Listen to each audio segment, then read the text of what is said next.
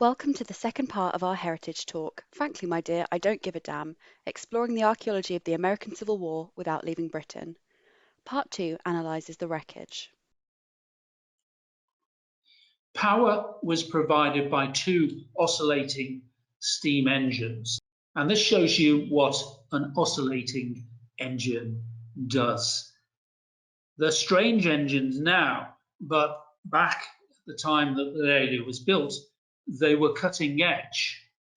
And rather than use, if you're a steam buff, you know what I'm talking about, a connecting rod, rather than use a connecting rod, these with a stationary cylinders, these cylinders actually pivoted on trunnions so that the pistons here could actually be directly connected to the crankshaft, even though it was moving. And this is an image of one of the engines on the seabed, which shows the crankshaft above and this pistons going down to the engine, which is partly buried. You see the difficulty we have. Visibility is not great, and in fact this is an old still from a video when we went there. The visibility was considerably worse, and the whole thing is covered with this beautiful, you'll probably have to take my word for it, rather beautiful marine growth, which is great in a way and shows you that these wrecks can be wonderful oases of life on the seabed, but doesn't make it easy to tell what things are. Now you see here, these are the boilers. Now the Leyla had very early steam boilers, and because they hadn't really, or the sort of science of making cylindrical round boilers wasn't terrifically advanced, they were using, at least not at Miller's, they were using these rather, what was even by the 1860s, rather old-fashioned square boilers. This strange arch-like thing is where the funnel sat on. Effectively, exhaust gases would go up there. And this is one of the fireboxes, which where you shovel coal into the fire, and that would heat the boiler. And obviously, when the ship sank, the water surged into these and put the fires out.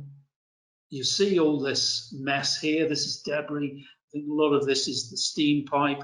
A lot of it has come apart and has just fallen onto the seabed. But you see an image here of a plan of what it would have looked like with the oscillating engine, the boilers, all the connecting steam pipes and the funnel here. Now the engines powered a shaft, but this shaft did not run to a propeller at the stern. This was still very early days for propellers on ships. Instead, it ran across the ship to this. The surviving one or two great paddle wheels, because the Leyla, like most of the ships built for the purpose that the Leyla was designed for, and for most fast ships at the time, was a paddle steamer.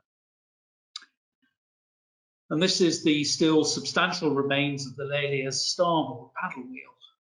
And we know from various contemporary accounts that those paddle wheels had a mechanism that followed the angle of the, that allowed the angle of the paddle boards, whose action against the water pushed the ship along, to be adjusted or to self-adjust.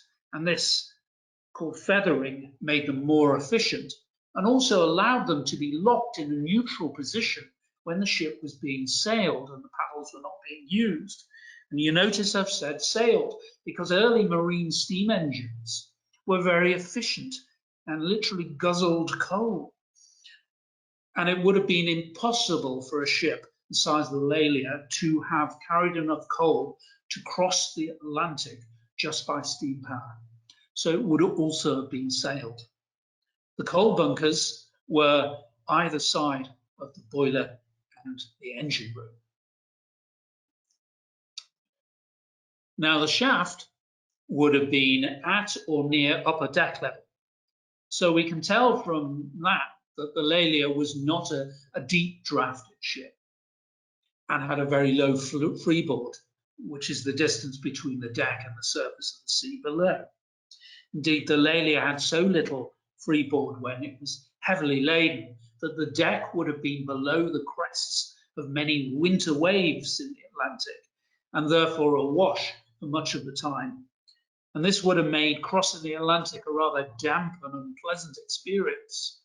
So protect it against the tremendous battering that produced by waves breaking over the bows. Ships like the Lelia were fitted with hurricane decks, round metal covers over the foredeck that broke and deflected the force of the waves surging over the bows. If you think of it rather like a turtle shell, you'll get my drift. You can see that this does not survive on the wreck. Well, you'll have seen it from the multibeam, if you remember. And it was also the misfortune of the Lelia that its inexperienced deckhands left one of the hatches provided in this protected cover for the two anchors open. Now, in a ship so small, you'll be thinking that doesn't leave much space for cargo. And cargo that this, you'll have to take it from me, that this is a steam winch intended to handle the cargo carried by the Lelia. So was the Lelia a cargo ship? Yes, it was, but it was not intended to carry cargo in bulk or a great deal of it. Instead, it would have carried a small amount of high-value cargo in small holds forward and aft. These are now filled with sand and gravel, so we don't know exactly whether they still contain anything of interest in any of the original cargo.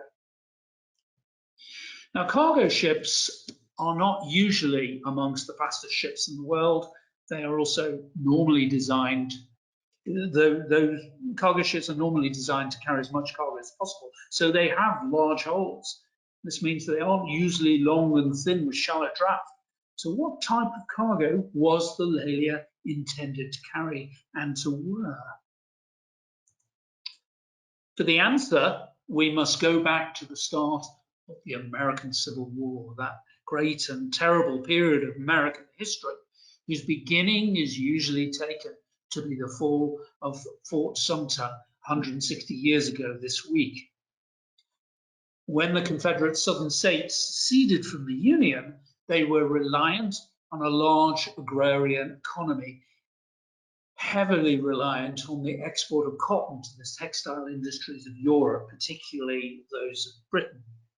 Now, the remaining states of the Union were in the northern industrial heartland of the United States. So whilst the Union could produce most of what it needed to fight the war, the Confederacy had to import most of its war supplies, including cannon, small arms, and ammunition. The Union, which had inherited most of the pre-war US Navy, realized that it could stop the flow of ships in and out, into and out of the southern port. And if it did that, then it would stop the Confederacy from earning money to pay for war supplies, and therefore stop those war supplies reaching the Confederate Navy, and therefore that it would eventually win the war. It therefore determined to use that Navy to blockade the southern ports. And this shows you a sort of map. I think it was probably designed by a Confederate, because it's not perhaps entirely flattering, which shows you the Union strategy of strangling the southern states. Now, this was a high-risk strategy for the Union, because stopping the flow of cotton to Europe hurt the economies of countries such as Britain and France. And this potentially might persuade them to come into the war on the side of the South.